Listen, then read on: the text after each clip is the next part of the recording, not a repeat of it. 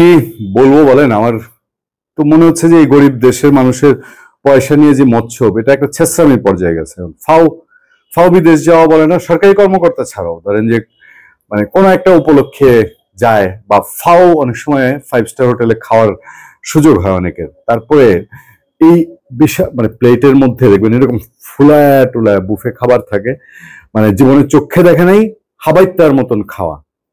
মানে যে বিদেশ ট্যুর শুরু হয়েছে ফাও এই গরিবের টাকা মচ্ছব করে, এটা আর কিছু আসলে বলার ভাষা নাই এখন। ডক্টর মোহাম্মদ ইউনূসের এবারে ইটালি ট্যুর নিয়ে আমরা এর মধ্যে 2টা আলোচনা করলাম।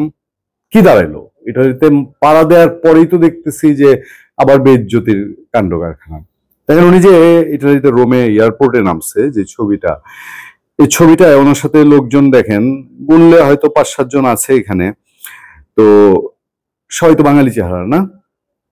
খবরে পাওয়া গেল যেটা, সেটা হলো তিনি যে গেলেন যে বিশ্ব খাদ্য সংস্থার একটা ইভেন্টে তাদের কিনোট পেপার প্রেজেন্ট করার কথা বলে, তাদের কোনো প্রতিনিধি, ইটালির সরকারের কেউ তো আসেই নেই, তারপরে তাদের কোনো প্রতিনিধি রিসিভ করতে আসে না। আমরা লন্ডনে তিনি যখন গেছেন আপনার ব্রিটিশ সফরে, সেইখানেও তারা কেউ রিসিভ করতে আসে নাই।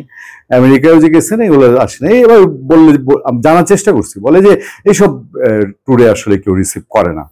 আমরা তো দেখছি এর আগে স্বৈরাচার সরকার বলেন, মানে স্বৈরাচার যদি খালেদা জিয়ার হতো শেখ হাসিনা স্বৈরাচার বলতো, ওই গতানুগতিক স্বৈরাচার যদি বলেন, এরাও তো এইসব ট্যুরে যাইতো না। এইসব ট্যুরে বা গেলে পরে অন্তত ওইসব রাষ্ট্রের এই ধরনের বেইজ্জতির ব্যাপার সেপারের প্রশ্ন উঠতো না। আরো কাহিনী আছে, শুনেন একটু ধৈর্য ধরে। ভাই আমি আপনি যদি যাই ইটালিতে, ইটালিতে তো বাঙালি গিজগিজ করে, আমি আপনি গেলে এর চেয়ে বেশি লোক ফুলের তোড়া নিয়ে বরণ করতে আসবে। ওনার তো অবশ্য পাবলিক ফাংশন নেই বাংলাদেশের মানুষের সাথে, সো দ্যাট ওনার আসলে ওইখানে এইসব ব্যাপার সেপার কাজে লাগার কথা না। আসলে উনি গেছেনই কোন ধান্দায় সেটাও তো আমরা ঠিক ক্লিয়ার না। কষ্ট করে আমার এক বড় ভাই ফেসবুকে পোস্ট দিছে, ফাও এর মিটিং এ গিয়ে রাষ্ট্রের টাকা ফাও খরচ কে দেবে তার জবাব।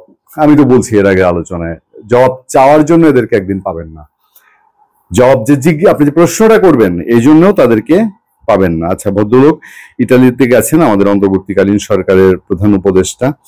আচ্ছা, ইটালিতে গিয়ে তিনি যে পৌঁছেছেন সেসব খবর খুব ফলাও টলাও করে পত্র পত্রিকা দিয়েছে। সেই সব খবরের মধ্যে খুব একটা গ্ল্যান্স যদি আমরা বলি যে ইটালিতে পৌঁছেছেন প্রধান উপদেষ্টা জাতিসংঘের খাদ্য কৃষি সংস্থা FAO আয়োজিত বার্ষিক বিশ্ব খাদ্য ফোরামে যোগ দিতে ইটালির রাজধানী রোমে পৌঁছেছেন অন্তর্বর্তী সরকারের প্রধান উপদেষ্টা ডক্টর মোহাম্মদ ইউনূস।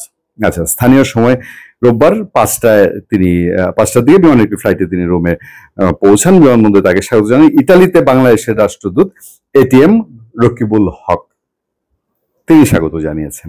মানে এই জিনিসগুলো একটু বাংলাদেশের মানুষের কাছে খটকা লাগে। প্রধান উপদেষ্টা উপপ্রেস সচিব আবুল কালাম আজাদ মজুমদার রোববার রাতে তথ্য জানিয়েছেন, এর আগে 11:30 সকালে গেছেন।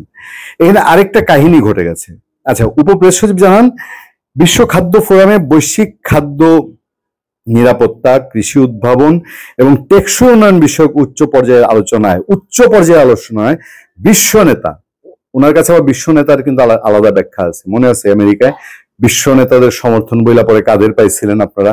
সব সাবেক ওই চেগোস্লাভাকিয়া, উবাগিয়া, বেগুস্লাভাকিয়া এইসব দেশের সাবেক রাষ্ট্রপ্রধানরা, সরি কিছু নাম দেশের নাম না।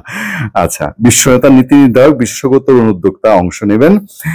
FAO আয়োজিত একটি বৈশ্বিক প্ল্যাটফর্ম যেখানে বিশ্বের নীতি নির্ধারক ও গবেষক উদ্যোক্তারা খাদ্য ব্যবস্থা ভবিষ্যৎ নিয়ে বিনিময় করেন। ঘটনাটা ঘটেছে ইটালির প্রধানমন্ত্রী ম্যারিনো, তার সাথে প্রধান উপদেষ্টার বৈঠক হবে কি হবে না এটা নিয়ে একটা ছোট্ট কেলেঙ্কারি ঘটেছে। ছোট কেলেঙ্কারিটা কিরকম জানেন? ব্রিটিশ প্রধানমন্ত্রী স্টারমারের সাথে প্রধান উপদেষ্টার বৈঠক হওয়ার ডিক্লারেশন নিয়ে একটা বেজ্জতি হয়েছিল না? প্রধান উপদেষ্টা প্রেস উইং থেকে জানানো হয়েছিল যে স্টারমার কানাডায় আছেন, কিন্তু দেখা গেল যে স্টারমার আছে ইংল্যান্ডে, আমাদের ডক্টর ইউনূস সাহেবের সঙ্গে দেখা করেন নাই। এখন বাসস বাংলাদেশ সংবাদ সংস্থা, রাষ্ট্রীয় যে সংবাদ সংস্থা, এই রাষ্ট্রীয় সংবাদ সংস্থা নিউজ করে দিয়েছে এই যে কি সব উন্নয়ন টুন্নয়ন বৈশ্বিক দুনিয়া উল্টা ফেলার কর্মকাণ্ড হবে, এর মধ্যে দিয়ে মেলেনোর সাথে প্রধান উপদেষ্টা ডক্টর ইউনূসের বৈঠক হবে। বাসস দিয়েছে, বাসসের নিউজ ডেইলি স্টার ছেপেও ফেলেছে, ডেইলি স্টার সহ আরো বেশ কয়েকটি পত্রপত্রিকা এই নিউজ ছেপেছে। এরপরে প্রেস সচিব সাহেবের চোখে পড়ছে। ওনার চোখে পড়ার পরে ওনার তো মনে পড়ছে লন্ডনের অভিজ্ঞতা, যে লন্ডনেও তো আগে ডিক্লেয়ার দেওয়া ছিল যে কিয়ার স্টারমারের সাথে ডক্টর ইউনূসের বৈঠক হবে, পরে তো বৈঠক হয় নাই। তো এইবার যে বাসস সেই খবর দিল, উনি আবার নিজের ফেসবুকে পোস্ট দিচ্ছে যে আমি কিন্তু এই কথা কই নাই, আমার সাথে কেউ এইসব ব্যাপারে যোগাযোগ করে নাই, বাসসও না, অন্য কোনো সংবাদ মাধ্যম যোগাযোগ করে নাই। উনি শুধু ওই ইতালির প্রধানমন্ত্রীর সঙ্গে বৈঠক হবে এই কথাটা বাদ দিয়ে দিয়ে অন্য যে বিষয়গুলো বলেছেন। মানে শুরুতে একটা ধাক্কা বিতিকে ছিঁড়ে, আর আওয়ামী লীগ তো ওখানে আছেই, আওয়ামী লীগের বিষয় আছে, আওয়ামী লীগের সেটা ডিফারেন্ট কথা। এবার আসেন তিনি যে অনুষ্ঠানে গেছেন, এই অনুষ্ঠানে গিয়ে তিনি কি করছেন। প্রথম বৈঠকটাই আমার কাছে চোখে পড়েছে, ইন্টারেস্টিং লেগেছে তার এই প্রথম বৈঠকটা। একটা লাইন আছে, আমি আপনাদেরকে খেয়াল করার চেষ্টা করব। তিনি ইতালির রোমে ওয়ার্ল্ড ফুড ফোরামের সাইডলাইনে তরুণ কৃষি উদ্যোক্তাদের জন্য সামাজিক ব্যবসা তহবিল গঠনের আহ্বান জানিয়েছেন প্রধান উপদেষ্টা অধ্যাপক ডক্টর মোহাম্মদ ইউনূস। সামাজিক ব্যবসাটা কি? তরুণ কৃষি উদ্যোক্তাদের জন্য সামাজিক ব্যবসা তহবিলের মানে গ্রামীণ ফোনের লোন না, গ্রামীণ ফোনের কিস্তি, সুদ, এগুলা। আমরা তো সামাজিক ব্যবসা বলতে তারা আবার ওই ইসলামী ব্যাংক দেখবেন না, ইসলামী ব্যাংকে গিয়ে আপনি সুদ বলতে পারবেন না, ওরা বলে এটা মুনাফা, এরকম আর কি। আপনি যদি এনজিওর সুদ, এনজিওর কিস্তি, এই এনজিওর ঋণের আলাপ এসব করেন, তারা এটা একটু ভদ্র ভাষায় বলে এটা হলো সামাজিক ব্যবসা। সামাজিক ব্যবসা তহবিল গঠনের আহ্বান জানিয়েছেন, মানে কি গ্রামীণ ব্যাংকের সম্প্রসারণের আহ্বান। এটা তো খুব ভালো, বাংলাদেশের মানুষের টাকায় গেছেন, গিয়া উনি ওখানে এই আহ্বান জানিয়েছেন কিনা এটা খুব ব্যাপক গবেষণার দাবি রাখে। রোববার আইএফএড প্রেসিডেন্ট আলভারো লারিওর সঙ্গে বৈঠকে উনি কোন মাপের, বিশ্ব মাপের নেতা, তিনি এই প্রস্তাব দেন। প্রধান উপদেষ্টা বলেন এই তহবিল কৃষি স্বাস্থ্য উদ্যোক্তা তৈরিতে ভূমিকা রাখবে। মানে ওখানে গিয়ে এনজিও চিন্তাই মাথার মধ্যে আর কি, ওয়ান কাইন্ড অফ। এ সময় গভীর সমুদ্রে মৎস্য আহরণ, আম কাঁঠাল রপ্তানি, জলবায়ু সহনশীল কৃষি ও দুগ্ধ শিল্পে সহযোগিতার বিষয়ে আলাপ হয়। আমি জানি না এর মধ্যে আবার গিয়া কিস্তি ঢুকবে কিনা।